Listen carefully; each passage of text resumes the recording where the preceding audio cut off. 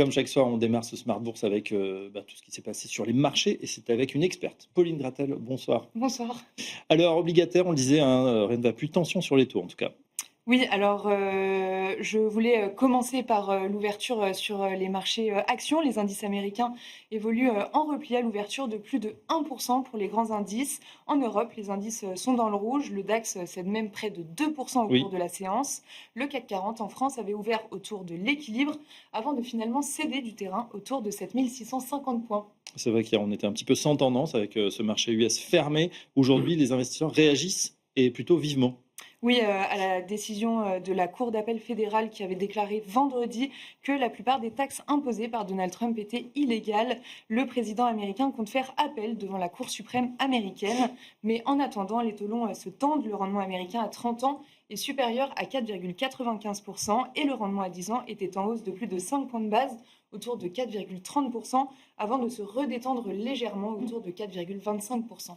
Tension obligataire sur les marchés obligataires qui reprennent également en France avec le risque politique. Oui, alors que Emmanuel Macron a reçu François Bayrou et les autres chefs du socle commun à l'Élysée aujourd'hui, les tensions ont repris sur les taux français.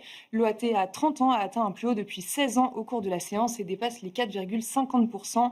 Le rendement à 10 ans se tend de plus de 5 points de base pour atteindre 3,60%. On a également un spread franco-allemand qui est en hausse aujourd'hui. Il s'est tendu ce matin, il a dépassé les 80 points de base, mais le rendement à 10 ans allemand s'est aussi tendu, donc le spread s'est stabilisé autour de 80 points de base. Le rendement allemand à 10 ans évolue aujourd'hui autour de 2,80%.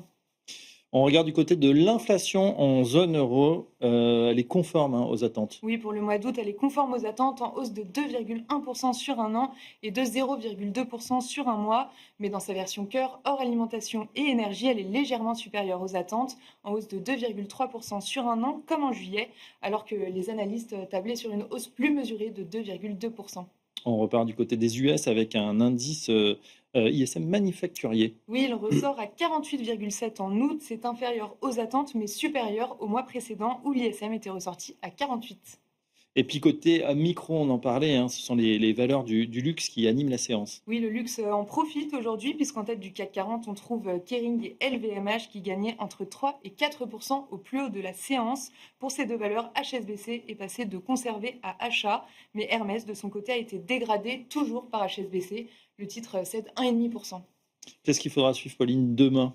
Demain, les investisseurs prendront connaissance de l'enquête Jolts pour le mois de juillet qui vient en préambule du rapport sur l'emploi du département du travail américain qui arrivera vendredi. On regardera aussi les PMI services de la zone euro pour le mois d'août et les prix à la production industrielle de juillet aussi pour la zone euro.